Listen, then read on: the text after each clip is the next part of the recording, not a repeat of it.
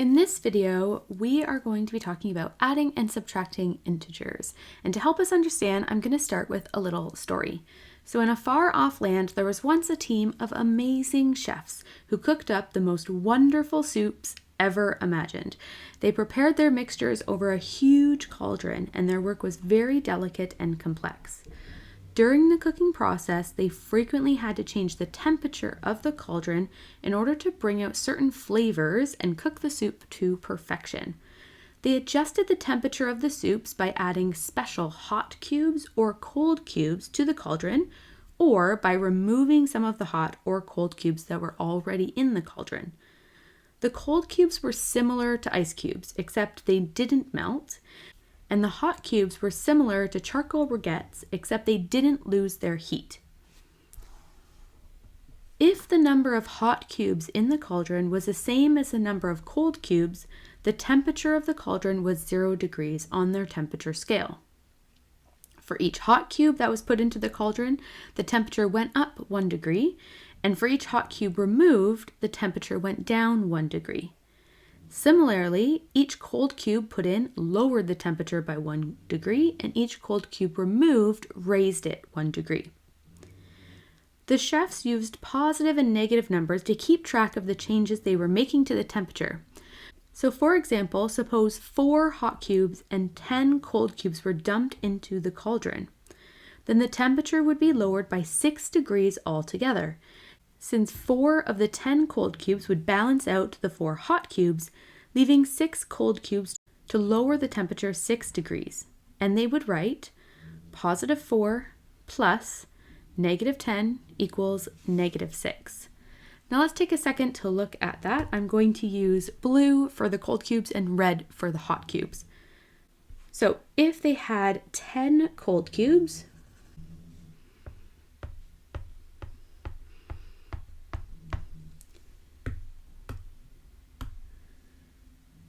and 4 hot cubes,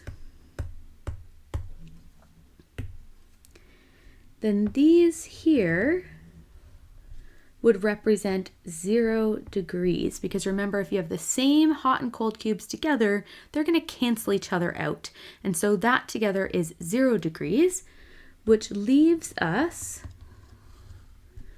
with the 6 cold cubes, which is going to bring the temperature down 6 degrees. So 4 hot cubes plus 10 cold cubes is going to be 6 cold cubes, or negative 6. Similarly, if they added 3 hot cubes and then removed 2 cold cubes, the combined result would be to raise the temperature 5 degrees. So let's take a look at that. They added 3 hot cubes and they removed 2 cold cubes. Well, I don't have any cold cubes in my soup, which means that in order to remove 2 cold cubes, I would have had to have 2 cold cubes and 2 hot cubes in my soup in order to represent a 0 pair. So if my temperature of my soup was at 0, I must have had 2 cold cubes and 2 hot cubes in my soup already, and then I added 3 more hot cubes.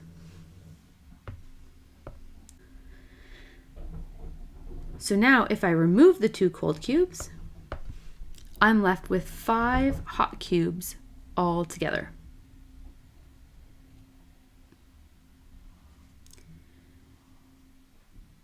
Each of the problems below describes an action taken by the chefs. Let's figure out how the temperature would change overall in these situations, and we're going to write an equation to describe the action. So 3 cold cubes were added and 5 hot cubes were added. So 3 cold cubes were added and 5 hot cubes were added. So what is the overall temperature of the soup? Well, these groups here would become our 0 pairs. They're going to cancel each other out, which means I'm left with 2 hot cubes, or plus 2. And if we write this out in an equation, I get 3 cold cubes, so -3, plus 5 hot cubes equals 2 hot cubes. Let's look at the next one. 6 hot cubes were added and 8 cold cubes were added. So 6 hot cubes and 8 cold cubes.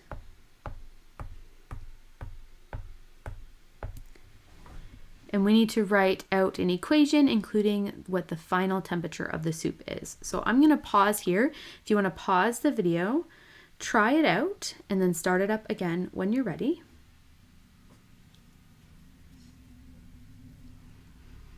Okay, so all together, these ones are going to cancel each other out, and I'm going to be left with 2 cold cubes. So let's write this out as an equation. 6 hot cubes were added, plus 8 cold cubes. Now I'm putting -8 in brackets because I don't want to see 6 plus -8. We don't like to have operations right next to each other, so I'm going to put brackets around my -8. And all together, I'm left with 2 cold cubes, or -2. Okay, here is 4 more situations. I want you to pause the video, try them out. If you have different colored counters or markers or something, that might help you kind of draw it out. But try them, pause the video, and then start it up again when you're ready.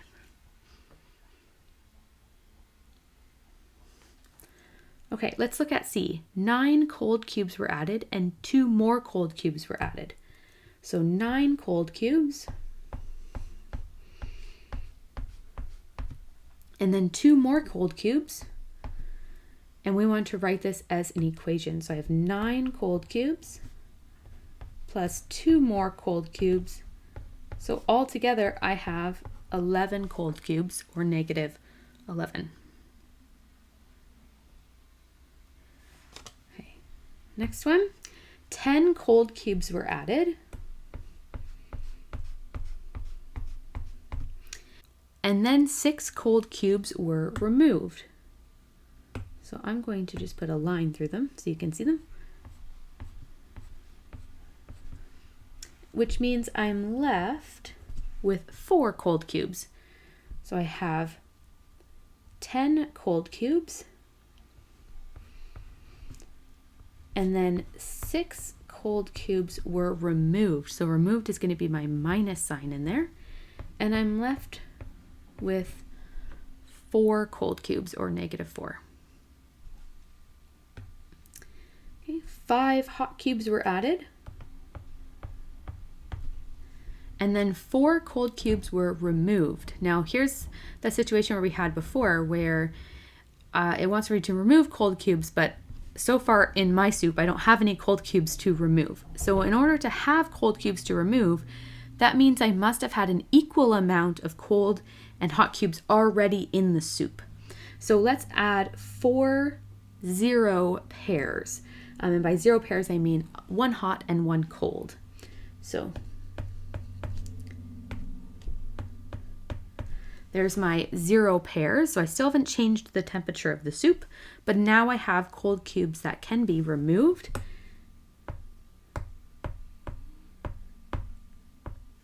And you see what we are left with.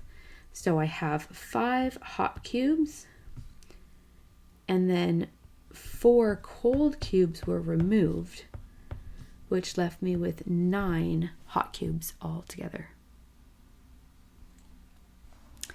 And last one, 12 hot cubes were added.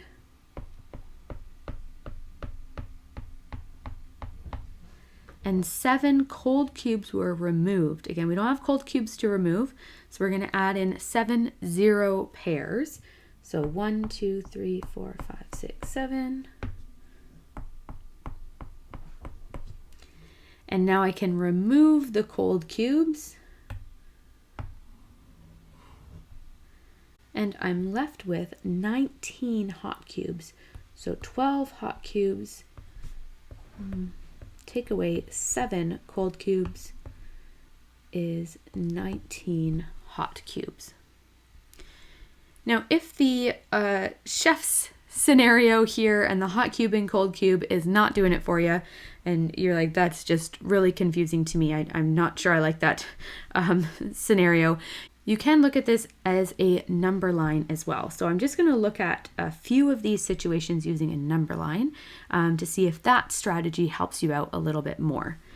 So if we were to draw a number line here, if we look at our equation we wrote, -3 plus 5, I'm going to start at the first number. So if this is 0, this is going to be -3. I'm going to start here. Okay, and since I'm adding, I'm going to go to the right, and I'm going to go 5 jumps. So let's add in some more of our number line here. And I'm going to jump 5 paces. 1, 2, 3, 4, 5. And look where I end up, at 2.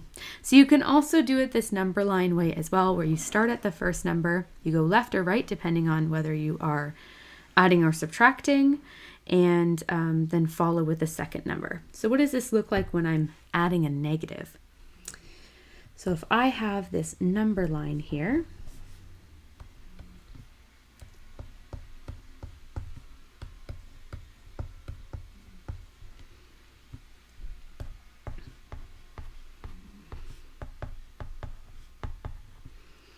I'm going to start at 6,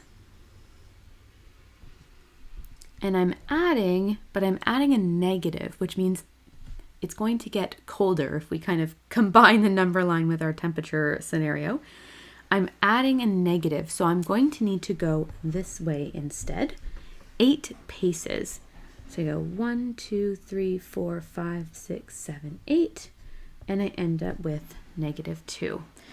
So adding a negative in this case is going to be the same as subtracting.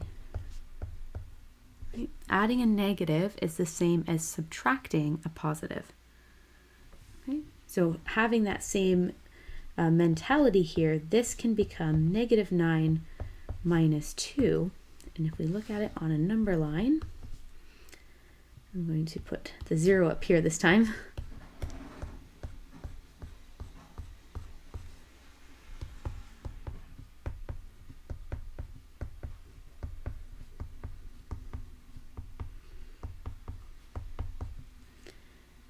And I start at -9, and I am subtracting 2, I end up with -11. Another scenario that might help you with these when it comes to adding and subtracting is money.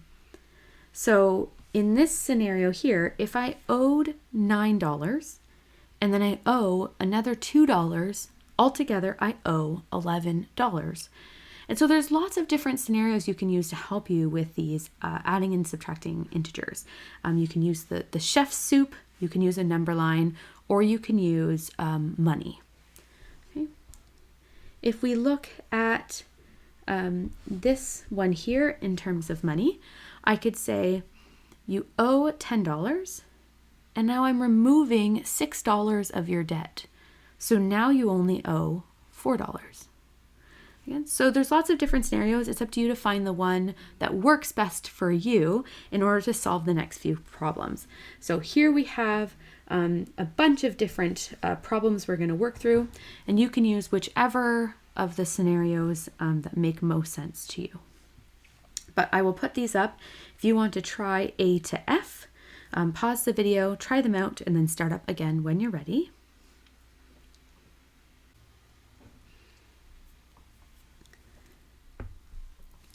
Okay, let's give this a go. So 23 plus 5, this is our sort of normal addition. We don't have any negative numbers in there.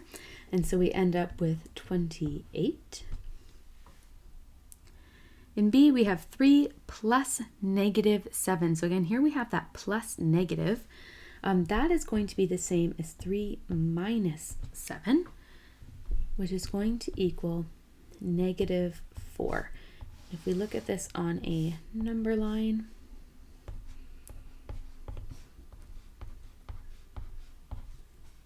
we have our 0 here.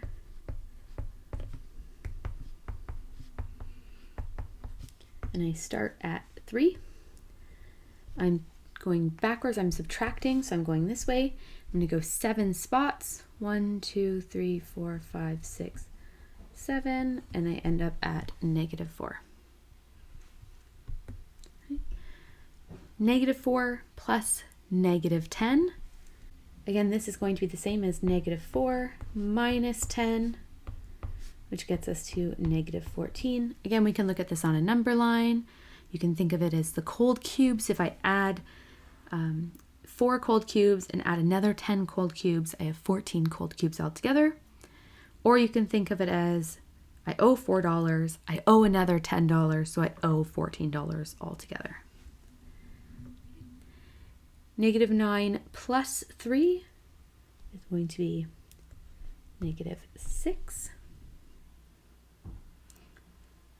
5 take away negative 1 is going to be the same as 5 plus 1. We're taking away a negative, removing a cold cube, so the soup is going up, and we get 6.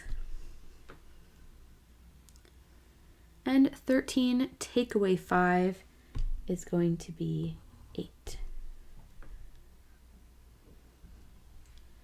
Okay, let's try a few more here.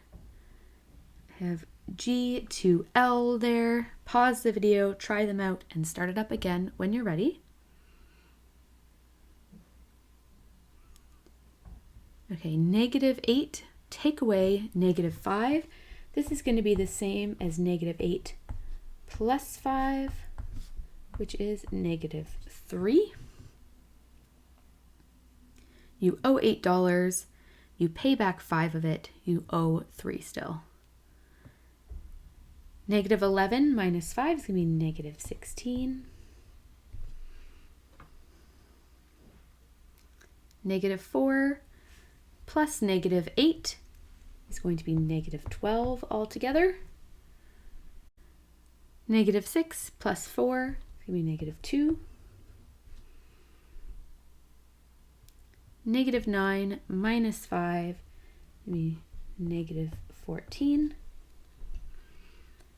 And negative 9 minus negative 6 is the same as negative 9 plus 6. So subtracting a negative is the same as adding, and we get negative 3. Switching gears now, we're going to look at multiplying and dividing integers. We've looked at adding and subtracting. Now we're going to look at multiplying and dividing. Now, when multiplying, dividing with integers, the actual number of the answer is the same. So the signs don't change the actual value, number value that you're looking at. What will change is whether that value is positive or negative.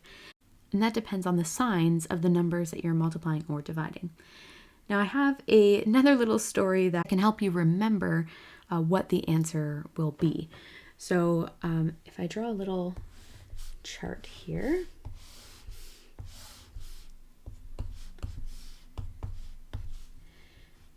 the top here is going to represent the guy, and it's either a good guy or a bad guy. And over here, we will have the town, the positive representing whether the guy is coming into your town or whether he's leaving your town will be the negative.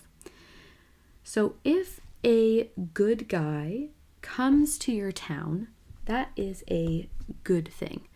So multiplying or dividing a positive and a positive will give you a positive answer.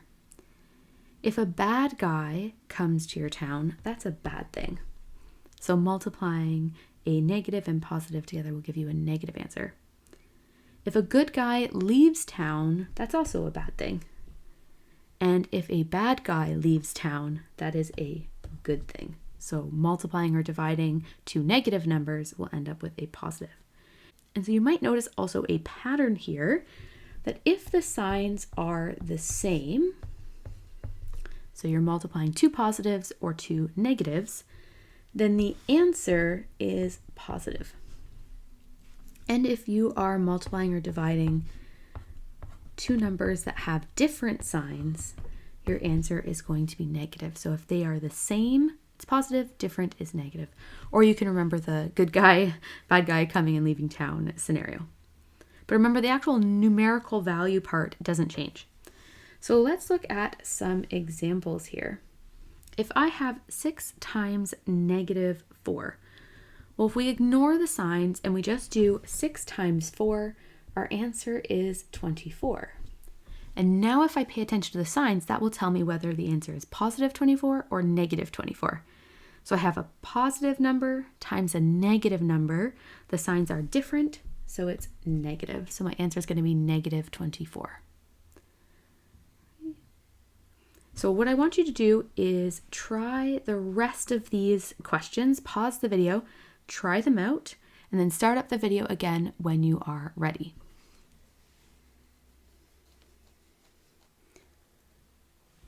Okay, let's take a look. So I have 105 divided by 7 is going to be 15. And now if I take into account the signs, I have a negative divided by a positive, so my answer is going to be negative, so negative 15. I have 117 divided by 13 is 9. And I have a positive divided by a positive, so my final answer is also positive. Negative 2 times negative 10. Well, 2 times 10 is 20. And I have a negative times a negative. The signs are the same, so my answer is positive. Negative 11 times 5. Well, 11 times 5 is 55. And I have a negative times a positive. The signs are different, so it's going to be a negative 55.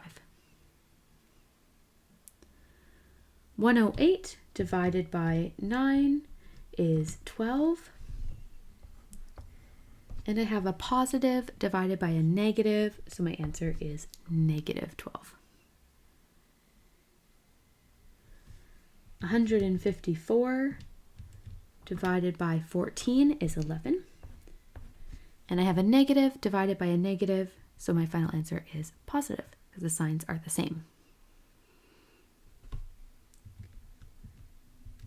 13 times 12 is 156. And I have a positive times a positive, so my answer is positive. 48 divided by 6 is 8. And I have a negative divided by a negative. The signs are the same, so my answer is positive. And finally, I have negative 40 divided by 10. 40 divided by 10 is 4. And a negative divided by a positive is going to be negative. Okay, so reflecting on this video and how you feel about your understanding of adding, subtracting, multiplying, and dividing integers or signed numbers, I want you to give yourself a thumbs down if you're still having some trouble and you need some help, a pointer if you think I maybe need a little bit more practice with these types of questions, and a thumbs up if you think I've got this, I can solve problems using signed numbers, I don't need any more help or practice.